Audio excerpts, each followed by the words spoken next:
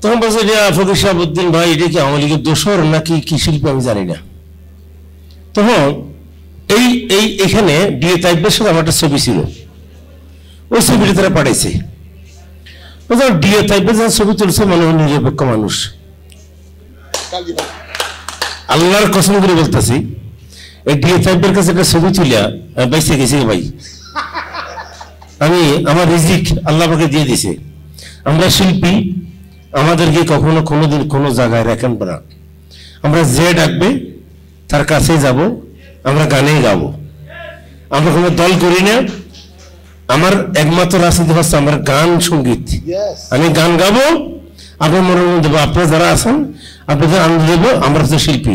তবে আল্লাহ দোয়া লাগে যারা শিল্পীরা পথভ্রষ্ট হয়েছে তাদেরকে বিচার করেন, কিন্তু আমরা যারা শিল্পী হতে চাই আমাদেরকে কোনো জায়গায় রাখবেন না।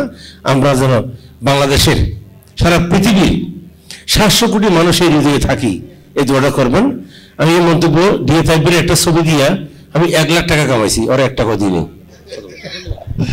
ধন্যবাদ প্রাণপ্রিয় শিল্পী। আসলে শিল্পীর কোনো পতাকা নেই, কোনো দেশ নেই, সারা পৃথিবী শিল্পীর। আর শিল্পী হলো মানুষের সম্পত্তি। আমরা যারা টুকিটাকে শিল্পী হতে পেরেছি, আমরা কিন্তু আমাদের নাই, মানুষের পছন্দ আমাদের চলতে হয়। অতএব কোনো দল মত আমরা নাই, আমরা বিভক্ত নই, কোনো পলিটিক্স আমরা করতে আনবেন না। আমরা নিরপেক্ষ, আমরা সবার।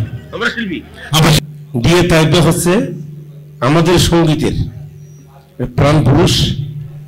উনি কোনো দলের না, উনি বাংলাদেশের। এটা তালি দিবেন না? আমাদের শিল্পী। উনি জীবনে কখনো দল করেন নাই, সারা জীবন কাঞ্চন হচ্ছে একটা শিল্পী কেমনি বেঁচে থাকবে, একটা নৃত্য শিল্পীকে বেঁচে থাকবে, একটা অভিনয় শিল্পী বেঁচে থাকবে। আমরা যেন কোনো রাজনৈতিক আশ্রয় না যাই। উনি কিন্তু দীর্ঘ 30 বছর যাবত এই কাজটা করছেন। আমরা ডিএ তাইবের কাছে ঋণী, এবং উনি যেন আল্লাহ পাকে যেন ওনাকে আরো অনেক হাজার করেন। আর আমার বন্ধুরা যে আছে সমস্ত চুল পাকা,